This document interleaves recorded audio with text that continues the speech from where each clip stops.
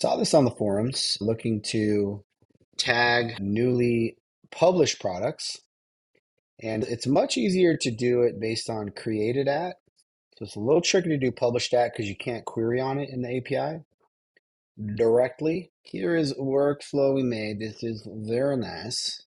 All right, so triggering on product updated, we are going to say, okay, if we don't currently have newly published as a tag, and the published at is greater than 90 days ago, then we're going to go ahead and tag it newly published and then calculate days left to 90 for the delay step. So if it was published 30 days ago, this is going to give return back 60 so that you know how long to wait. So you're going to wait that remainder of time to the 90-day mark and then just remove the tag. And then you could use that tag to create a collection of newly published products and stuff like that. So yeah. So let's do a test. What's this one? New product 4. I think I already ran this test. Yeah. So if I run it on new product 4, that is not passing that condition.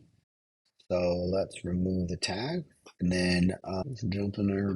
Let's jump in there and get that done.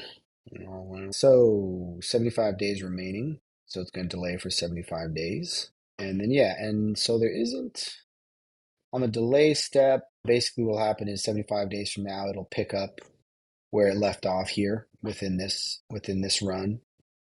And there isn't really a way to see what's in the delay queue or anything like that. So just trust that'll run again. Yeah, so cool. And then you can always find these on the automation demo section of the blog, and you can download that workflow and set it up. And let us know if you need any help setting that up. Goodbye.